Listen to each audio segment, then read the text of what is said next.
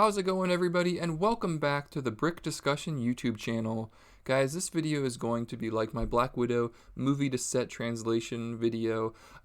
This was going to be, of course, a show to set translation video because we are going to be talking about What If. The first episode was released on Disney Plus this Wednesday, and I have a lot of thoughts about the show and the set itself, and how the set, in terms of how it looked in the show, looks like it does in Lego form, if it's a good value, all of that good stuff, and we're going to get into that in just a moment. But first, I'm going to give my thoughts initially on What If, the show itself.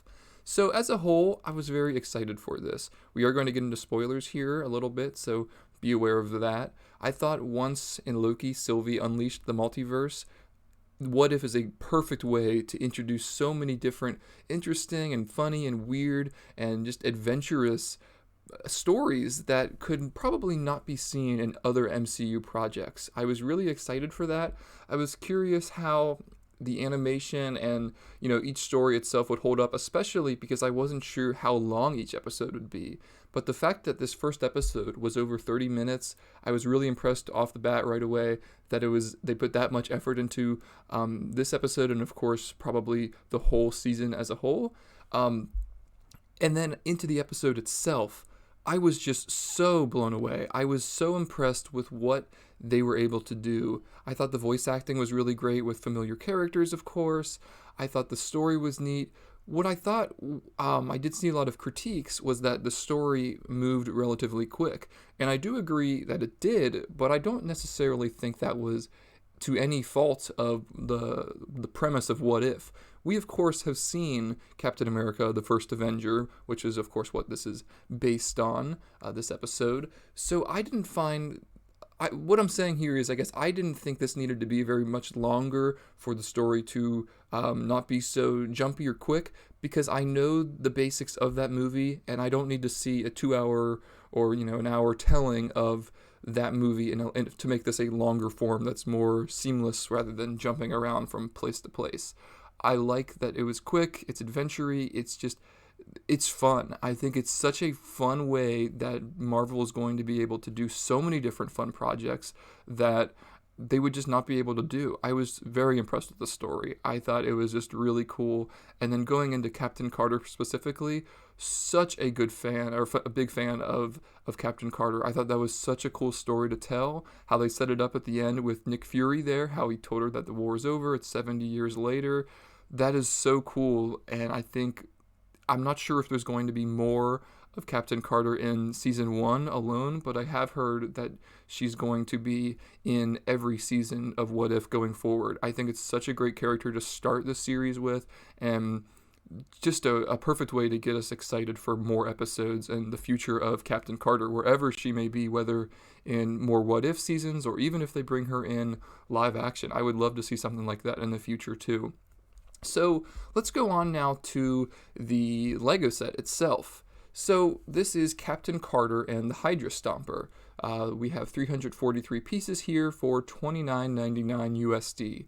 I think that's a very fair price. So as a whole with Marvel sets, you often have these mechs that are the main line. Like there was like 3 or so, like a Thor, Captain America, Spider-Man, mechs that were out this year alone, I think at the beginning of the year. And they're a mixed bag for me, because initially with those at the beginning of the year, I thought I don't really have an interest in these, because Thor, and such, those characters were never in a mech in that fashion. But this is actually going off of a specific story that did use this mech, the Hydra Stomper, within that story. So automatically this set interests me more than those types of mechs. I think the price is very fair with 343 pieces. I think the build looks very substantial. Getting into the build itself, really good. I think it really matches it. We're going to get more into that in a second. Just dealing with the actual design aspects. So it does look pretty bulky, just like it does in the show. I think the arm places that they've put the arms and how they've angled them look really good.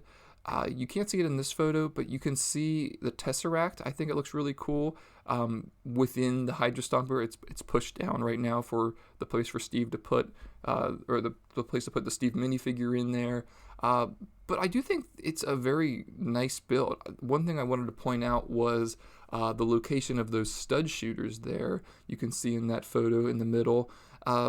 I think it's just a really nice place. Just all of the joints on this mech look really, really solid and really nice. I'm very impressed with it. I also wanted to put the box art there. Really cool box art. Seeing the Watcher there, really cool character. Just the logo, all of it there looks really nice. Very, very sleek. And then let's go into the minifigures here. I think Red Skull looks fine. Steve looks fine. You know, you don't really see either of those characters too much. Of course, Captain Carter, the main character here, I think it's interesting because I don't believe we saw this sort of stealth outfit, I believe it's been called, in the show. So that makes me wonder two things. It's either did Lego see some concept art that was not being used in What If? Or is this going to be an outfit in a future episode of this season or something like that? I don't know if she'll be back. I really don't know. So I'm curious about that. As an outfit just on its own, without judging it based on the show itself, I think it looks good. You can't see the shield in this shot, but you will in just a second. I think it all looks fine for being a different type of outfit.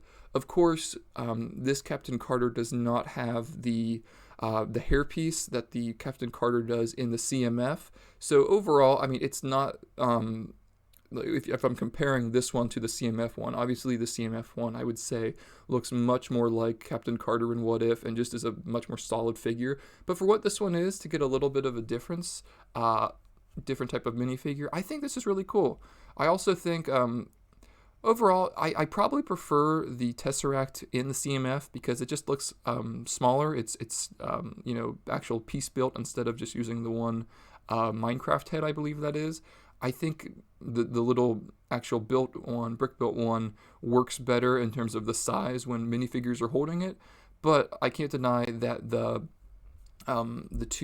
actual Tesseract piece here does look really cool, especially with how they have it glowing here, which of course it won't really do that in real life, but cool stuff nonetheless. Overall, I am very impressed with this set, but we're going to get into some more details now about how this set compares to specifically how it looked in the show. So I think we have to discuss the main issue here. Obviously, the show has a much more sort of a military green color, and Lego uses the regular green color. You know, that is definitely the main downfall to this. My main guess as to why they did this was because Lego doesn't want to make something that looks so, you know, militaristic and stuff. So I do understand the choice that they did with this. I think it definitely would have looked better with that olive color that Lego has, but it's understandable why they didn't do that. I think another really good aspect of this is that I mentioned before is the Tesseract piece. You can see, especially on that chest piece there, where I guess the Tesseract is located when Steve is in the mech. You can see on the Lego set they use that like trans blue piece. That's really, I think it just does a perfect job of simulating what that would look like in the universe, or how it looks in the universe. Perhaps the eyes could have been a little lighter or more brighter blue on the mech Lego form, but overall, very, very cool build, guys. You can see the shield piece as well, that Captain Carter is holding on the left with her stealth design. You know, it's something different. I hope we do see that, so it is something that would actually be from within the MCU and not just an unused concept art. But who knows? We shall see.